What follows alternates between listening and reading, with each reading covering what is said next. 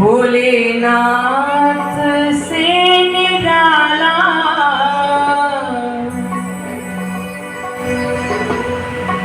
गौरीनाथ से निराला।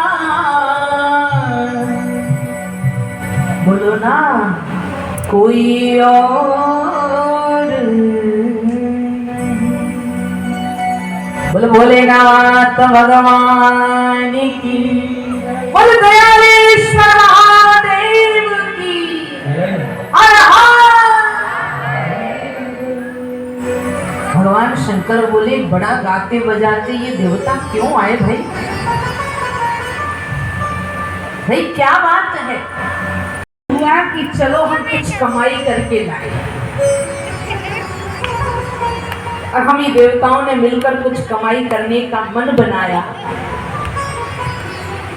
और हमने अपने जीवन में पहली बार मेहनत करके कोई कमाई की। तो हमने सोचा कि भाई जब कोई अच्छी कमाई हम करते हैं तो वो कमाई घर के मुखिया को भेंट कर देनी चाहिए। पहले बेटा पहली बार पेमेंट लाता है घर में कमा कर तो माँ को देता है, पिता को देता है, ये मेरी पहली कमाई। देवता बोले हम भी अपनी पहली कमाई लेकर आए। बोले बाबा, बोले भैया काल आए हो? देवताओं ने कटोरा बढ़ा दिया, बाबा हमारी जीवन की पहली कमाई आपको समर्पित। भगवान बोले ये क्या है? बोले विष।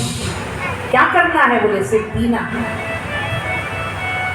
भगवान ने कहा कोई बात नहीं, जिसे कोई नहीं स्वीकार करता है उसे मैं स्वीकार करता हूं, जिसे जग ठुकराता है उसे मैं अपना। विष पीने वाले देवाधिदेव महादेव, इसलिए भगवान शंकर को महादेव कहा जाता है। इसलिए शिवस्य प्रिय जल था। एक लोटा जल भरो और भगवान शंकर पर अर्पित करो। आपको पता है, बच्चों को जरूर लाओ, उनसे एक लोटा जल दयालेश्वर महादेव पर जरूर चढ़वाओ, उन्हें अभ्यास बनवाओ। सूर्य नारायण को एक लोटा जल जरूर चढ़वाओ। भगवान शंकर एक लोटा जल आपने जब चढ़ाते हैं, ये जल क्यों चढ़ाते हैं? क्योंकि भगवान शंकर ने जो हलाहल विष पिया ना, वो विष की जो उष्णता, गर्मी जो है, वो भगवान शंकर के माथे पर चढ़ गई। कभी कभी गर्म हो जाता है, गर्मी चढ़ जाती है माथे, ज्वर चढ़ जाता है माथे पर।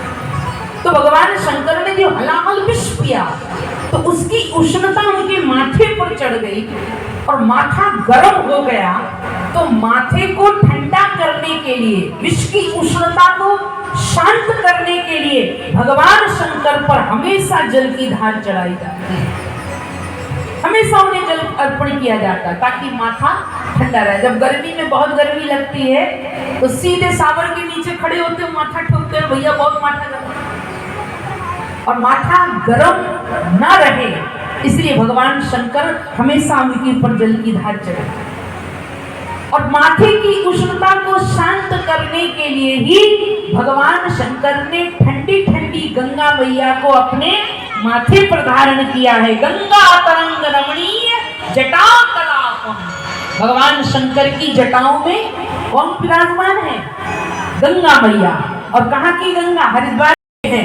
और जिस समय चंद्रमा आ जाएंगे तब ठंडक हो जाएगी। तो ठंडी ठंडी गंगा को भी माथे पर धारण किया, ठंडे ठंडे चंद्रमा को भी माथे पर धारण किया, और गले की गर्मी को दूर करने के लिए ठंडे ठंडे सांपों को अपने गले में लपेट लिया। किसी ने सांप छुआ? कभी छुआ? हाथ से नहीं छुआ ना। सांप बहुत ठंडा होता है, तो ठंडे ठंडे सांपों को भी भगवान शंकर ने माथे पर अपने गले में लपेट लिया। और ये ठंडी गंगा, ये जल क्यों चढ़ाया जाता है ठंडा ठंडा शिव जी पर? भगवान शंकर भजन करते हैं, भक्ति करते हैं। तुम पुनि राम राम दिन राती, सादर जपहु अनंग अराती। रात दिन राम राम राम राम राम राम राम राम राम राम राम राम भगवान शंकर भजन करते। तो भजनानंदी व्यक्ति जो हो उसका माथा ठंडा होना चाहिए। वो लोग आज से नियम बना लीजिएगा, 1 वर्ष का नियम बना लीजिए आप, 1 वर्ष तक हम भगवान शंकर को नित्य गंगा जल डाल करके जल अर्पण करेंगे। भोलेनाथ बाबा 1 वर्ष के अंदर आपकी पूरी दरिद्रता समाप्त कर देंगे और आपके घर में धन धान्य की वृद्धि हो जाएगी, लक्ष्मी जी की कृपा हो जाएगी। बोलिए दयालेश्वर महादेव की। आजकल एक बड़ा घरों में एक बड़ा बहुत बड़ी बीमारी लगी हुई है, प्राय सभी घरों में। बहुत कम घर हैं जिन घरों में बहुत लोगों में आपस में प्रेम है, परिवार के सब लोग बड़े प्रेम से रहते हो। आजकल मनमुटाव बहुत हो रहा है ना, सास बहू में झगड़ा, पति पत्नी में झगड़ा, बेटा बहू में झगड़ा, भाई भाई में झगड़ा, एक दूसरे का मनमुटाव बहुत है।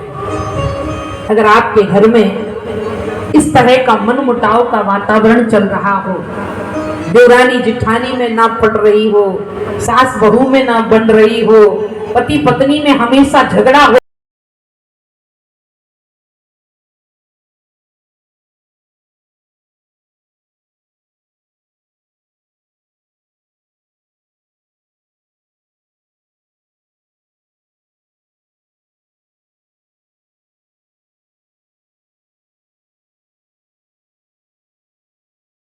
भगवान के मंदिर में, अपने मंदिर के पास जहां आप पूजा करते हैं घर में, वहां उस जल को रख दीजिए, उसमें कुश डाल दीजिए और कुश डालने के बाद आप उसी जल से सुबह जाकर भगवान शंकर का अभिषेक करिए, भगवान शंकर का पूजन करिए। अगर आप सक्षम नहीं है कि ब्राह्मण को बुलाकर, वैसे तो अगर ब्राह्मण को बुलाकर उस जल से अगर आपने अभिषेक करा दिया तब तो फिर आनंद ही आनंद है, पर ऐसी सक्षम नहीं है तो आप खुद जाकर जलाभिषेक करिए।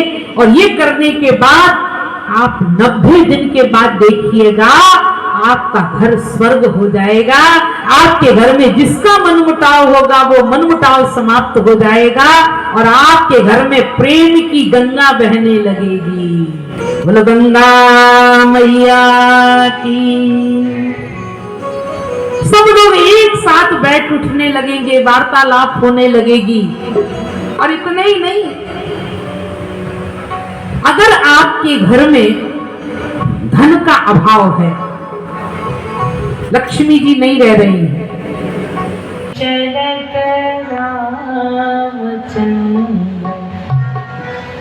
बड़ी बड़ी ठुमक ठुमक चल रही थे भगवान शंकर के हृदय में, उनके इष्ट आराध्य प्रभु श्री राम।